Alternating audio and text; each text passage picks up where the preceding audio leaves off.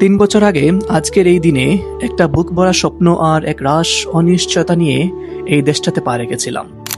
মনে আছে সেদিন এয়ারপোর্টে প্রিয়জনদের ছেড়ে আসার কষ্টটা যতটা না তীব্র ছিল তার চেয়েও বড় ছিল অজানাকে জয় করার জেদ।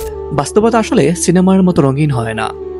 এই 3 বছরে আমি শিখেছি একা থাকা মানে শুধু নিঃসঙ্গতা নয়, একা থাকা মানে নিজের পায়ে দাঁড়ানো।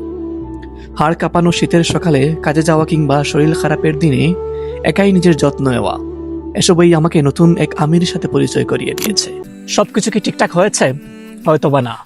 এই 3 বছরে অনেক কিছু হারিয়েছি, হয়তোবা অনেক কিছু পেয়েছিও, কিন্তু আজকে পেছনে ফিরে তাকালে কোনো আফসোস নেই। কারণ এই 3 বছর আমাকে শিখিয়েছে ধৈর্য ধরতে, স্বপ্ন দেখতে এবং প্রতিকূলতার মাঝে হাসতে। ইউকের এই যান্ত্রিক জীবনেও এখন নিজের একটা ছোট্ট জীবন গড়ে উঠেছে। সংগ্রামটা এখনো চলমান, তবে এখন আমি আগের চেয়েও অনেক বেশি পরিণত। 3 বছর পূর্ণ হলো, সবেমাত্র যাত্রা শুরু।